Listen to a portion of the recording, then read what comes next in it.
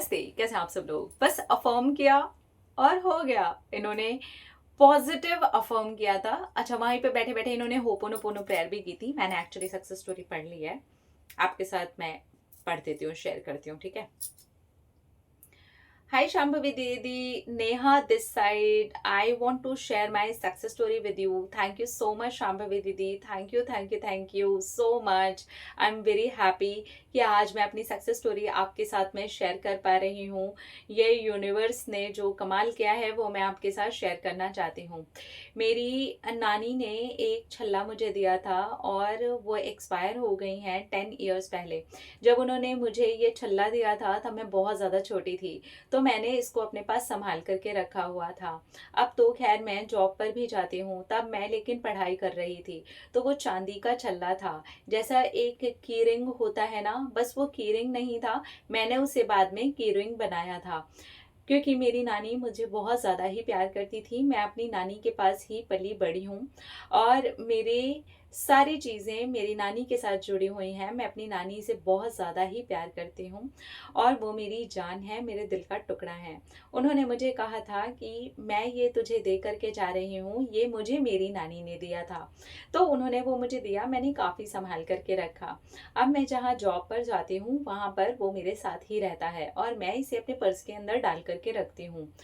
अब मुझे ये याद नहीं कि मैंने उस दिन इसे पर्स से बाहर रख दिया था या पर्स के अंदर ही रखा था, क्योंकि मैं अंदर ही रखती हूँ। मेरी इतनी ज़्यादा आदत पड़ चुकी है कि मैं अपने आप ही अपने पर्स के अंदर हाथ डालती हूँ और मैंने क्योंकि उसको की रिंग बनवा लिया है तो अंदर ही चला जाता है। उसमें मेरी चाबी है, स्कूटी की भी चाबी है और घर की भी चाबी है। तो बस वो मेरा की रिंग है और मेरे साथ रहता है।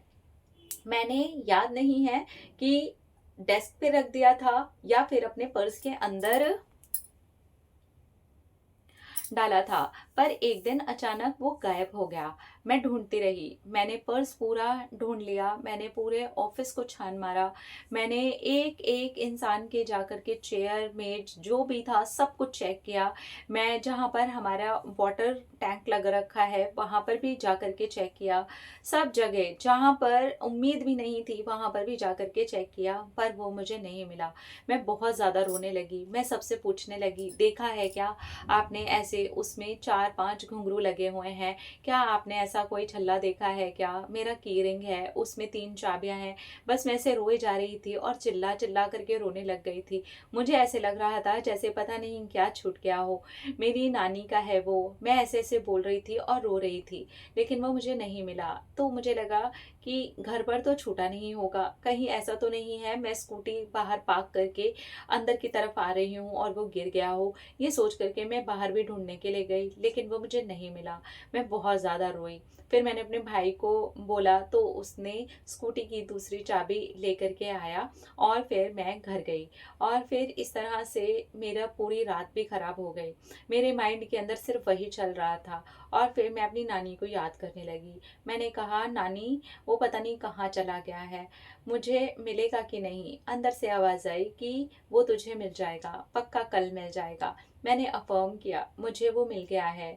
वो बस मेरे टेबल पर सामने ही रखा हुआ है। बस मैंने इतना बोला और मैं ऑफिस चली गई। जब मैं ऑफिस गई तो वहाँ पर कुछ भी नहीं था। मैं ऐसी उम्मीद भरी आंखों से टेबल पर देख रही थी, लेकिन वहाँ पर कुछ भी नहीं था। मैं फिर भी पूरे ऑफिस में ढूंढती रही, मुझे वो बिल्कुल भी नहीं मिला। मैं लेकिन अफर्म करती, मुझे नहीं मिला। मैं बार बार अफर्म करती, लेकिन मेरे सामने रिजल्ट आ ही नहीं रहा था, क्योंकि मैं रिजल्ट के पीछे पड़ी हुई थी। फिर मैं अपनी चेयर पर बैठी, मेरी आंखों में से आंसू गिर रहे थे और मैंने उसको विजुअलाइज करके होपोनोपोनो प्रेयर कर दी। बस मैं होपोनोपोनो प्रेयर कर रही थी। फिर मैं ऐसे ही सर नीचे झुका करके बैठ गई। मेरे एक कुलीग वहाँ पर आए और उन्होंने कहा, तुम इतना मत रो, सब ठीक हो जाएगा, कोई बात नहीं। तो मैंने कहा कि मेरी नानी का था वो, और मैं तब भी शिकायतें करने लगी। फिर मैंने वापस से उस छल्ले को याद किया और फिर से होपोनोपोनो प्रेयर करने लगी। और उस टाइम पे मैं अफर्म करके उठी कि अब नानी आप तो मेरे साथ हो ना, आपकी बहुत सारी चीज़ें, आपकी परवरिश मेरे साथ है। अब मैं उसे इस तरह से नहीं ढूँढूँगी। मुझे पता है वो मेरे पास है, मेरे पर्स में है, मेरी टेबल पे है, मुझे दिख रहा है। मैं ऐसे अफ़र्म करके घर चली गई और फिर नेक्स्ट डे से मैंने उसे ढूँढना बिल्कुल ही बंद कर दिया। 1 हफ्ते के बाद में वो मेरी टेबल पे पड़ा हुआ था। मैं एकदम से हैरान हो गई कि ये कैसे आया? पता नहीं, शायद किसी ने लिया हो, वो यहाँ रख कर के गया हो। वो आया कैसे ये मैं नहीं जानती और ना मैं इसमें पढ़ रही हूँ। बस मेरा मैनिफेस्टेशन इतना था कि वो मुझे मिल गया है और वो जब मुझे मिला तो मैंने उसको चूमा और जैसे ही मैंने अपनी आँखें बंद की तो मेरी नानी का हँसता हुआ चेहरा मेरे सामने आ गया और मेरी आँखों में से खुशी के आँसू आ गए। और फिर मैं उसी की चाबी से स्कूटी चला करके घर गई और जो मेरा भाई चाबी दे करके गया था, अभी फ़िलहाल मैं उस चाबी से अपनी स्कूटी चला रही थी, तो मैंने उसको तो पर्स के अंदर डाल दिया और इसको यूज़ करना शुरू किया।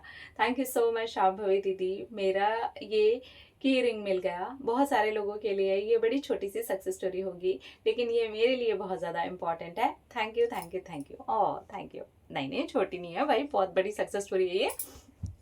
चलो, तो आपने पहले विजुअलाइज़ किया और आपकी नानी आई आपके दिमाग में, तो बहुत बार ऐसे होता है, ये हमारे गार्डियन एंजल्स होते हैं, ये डिवाइन एनर्जी होती है जो हमारे साथ चलती रहती है और जब तक ये ढूँढते रहे तो ये नहीं मिला। लेकिन जब इन्होंने ढूँढना बंद कर दिया, इनका माइंड पूरी तरीके से शांत हो गया, वो इनकी टेबल पे पड़ा हुआ था। पक्का वो किसी ने ले लिया होगा, पर बाद में पता नहीं, जो भी रीज़न हुआ हो, खैर जाने दीजिए। इनका मैनिफेस्टेशन तो पूरा हो गया ना, congratulations, I am very very very happy for you. अपना अपना रखिए ख्याल, अपने आप से कीजिए ढेर सारा प्यार ताकि अट्रैक्ट करें ढेर सारा प्यार। I love you. टाटा।